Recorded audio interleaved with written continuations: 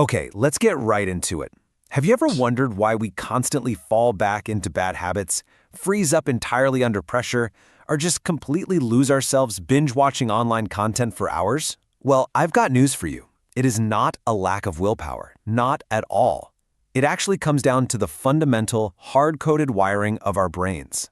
Welcome to today's Explainer. We're going to unpack the totally fascinating neuroscience behind how our brains process information and build these automated knee-jerk responses. We'll look at how this impacts your daily life and maybe, more surprisingly, how digital creators are using these exact same neurological pathways to keep us absolutely hooked. Here is our roadmap for today. We're starting deep inside the mind with the brain on autopilot, the science of habit, and overcoming decision fatigue. Then we'll flip the lens outward to look at neuroscience in visual storytelling, the hidden power of B-roll, and structuring content for real action. All right, Section 1, the brain on autopilot. Let's dive right into the hard science of how your brain acts as this incredible, ruthless efficiency engine. For years, the actual physical anatomy of a habit was kind of a mystery. But then, MIT neuroscientist Anne Graybiel discovered that the basal ganglia, that's the part of your brain responsible for motor control, has this incredibly complex modular structure. She found these little chemical compartments called strisomes, and what she realized is that the basal ganglia creates this pattern called chunking. When you form a habit, your neurons fire rapidly at the start of a task. They actually quiet down while you're doing it, and then fire again at the end. Essentially, your brain is literally putting itself on an energy-saving autopilot. And this sets up an amazing transfer of power in your mind. The prefrontal cortex is your active, goal-setting, decision-making center. It takes a massive amount of energy to run. If you were to create with a stick man, you'd use an image, change it constantly to show that little guy actively sweating and struggling at the steering wheel. But as a habit forms through sheer repetition, that active prefrontal cortex hands the keys over to the automatic basal ganglia. You literally stop actively thinking. You just become what you repeat. But do you know what happens when we have to use our prefrontal cortex all day? When that tank runs out of willpower, a state researchers call ego depletion, we hit a wall of decision fatigue. Studies show this resource depletion totally impairs our active initiative. We just freeze. We default to the absolute easiest option, giving us a massive bias toward the status quo. We just passively accept whatever is put in front of us. Which leads us perfectly into Section 2, the science of habit. How exactly do we rewrite this automated programming so we aren't just passively freezing when things get tough? To figure that out, we need to look at Dr. B.J. Fogg's behavior model out of Stanford. He shows us that a behavior only happens when three elements crash together at the exact same millisecond. You need motivation, you need ability, meaning the task is actually simple enough to do, and you need a prompt. Motivation and ability can kind of trade off. Like if you're super motivated, the task can be harder. But if you are missing that prompt, that trigger, the new habit simply will not happen. Author James Clear builds perfectly on this foundation. He breaks down the habit loop into 4 distinct stages. First, the cue, noticing the trigger. Second, the craving, wanting to act. Third, the response, actually doing the thing. And fourth, the reward. That reward floods your brain with dopamine. And it's that glorious dopamine hit that whispers to your basal ganglia, hey, we should definitely do this again, which physically strengthens those neural pathways. So, how do you hack this loop for yourself? Clear suggests a brilliant strategy called habit stacking. Instead of starting from scratch, you link a new behavior directly to a rock-solid existing one. Take a habit you already do on autopilot every single day, like brewing your morning coffee, and use that as the immediate cue for your brand new routine. All right, Section 3, Overcoming Decision Fatigue. Let's see how we can build out strategies to overcome our brain's natural, stubborn resistance to change. Since our environment is basically the invisible hand guiding our behavior, relying purely on willpower is a losing game. To eliminate bad habits, you have to reverse engineer the entire loop.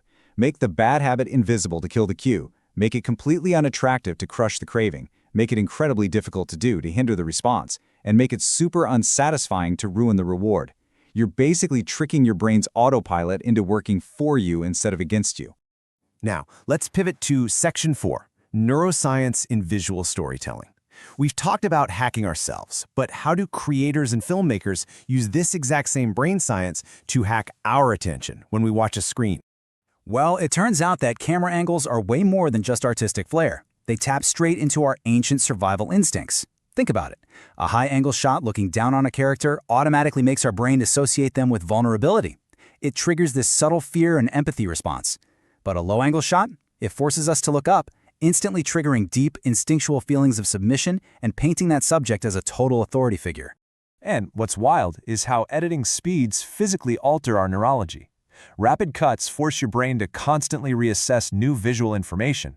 It spikes your cognitive load and literally pumps adrenaline into your system, perfect for an intense action sequence. But on the flip side, a long, sweeping, uninterrupted take mimics how our eyes naturally see the world. It lets the brain relax, pulling us into deep, sustained immersion. Moving to Section 5, the power of B-roll. To keep that cognitive load perfectly balanced so the audience doesn't burn out, creators rely heavily on one major tool. And that's B-roll. It is not just random filler footage. According to Tiny Fool's lab, it serves precise neurological functions. Action B-roll proves what you're saying. Informational B-roll turns abstract, confusing ideas into easy visual data. Emotional and metaphorical B-roll bypass the logic centers entirely and speak straight to our feelings. Above all, B-roll acts as visual breathing space. It gives your overworked prefrontal cortex a tiny vacation to process the story without hitting that decision fatigue we talked about earlier. Which brings us to our final part, Section 6, structuring content for action. How do you take all these psychological triggers and actually get a viewer to do something? Take a second and look at this number, 70%. That is YouTube expert Evan Carmichael's golden standard. It's the retention rate you absolutely must hit in the very first minute of an explainer. Because our attention spans are brutal right now. If you don't hook the brain's interest instantly, the viewer defaults to the status quo, which is clicking away to find something easier. To fight that drop-off, Carmichael uses this killer 3-part call-to-action framework. Up front, you don't sell anything. You just hook them on why this matters. In the middle, you drop a highly relevant, totally free lead magnet. And at the end, you don't beg them to subscribe, you immediately direct them to another piece of content you've made, locking them into a continuous loop that tells the algorithm your stuff is gold. That middle step is absolutely crucial. By offering something free midway through, you are directly applying the Fogg behavior model. You bypass the viewer's natural resistance by making the ability requirement incredibly easy. It's like stepping over a crack in the sidewalk instead of asking them to scale the wall with a massive high-ticket purchase right out of the gate. As the Rain Dance Film Institute puts it, merging brain science and media is a total game changer. Whether you're trying to break a terrible personal habit by rewriting your cues and rewards, or you're crafting an incredibly engaging explainer using smart camera angles and B-roll, understanding your brain's hidden machinery is literally the ultimate cheat code. So, I'll leave you with this final thought. The next time you find your thumb automatically scrolling to the next post, or you find yourself mindlessly reaching for your phone, just pause and ask yourself, are you actively making this choice, or is your basal ganglia just running the show on autopilot? It might be time to take the controls back. Thanks for joining me on this explainer, and I'll catch you in the next one. Subscribe and hit the bell for new videos.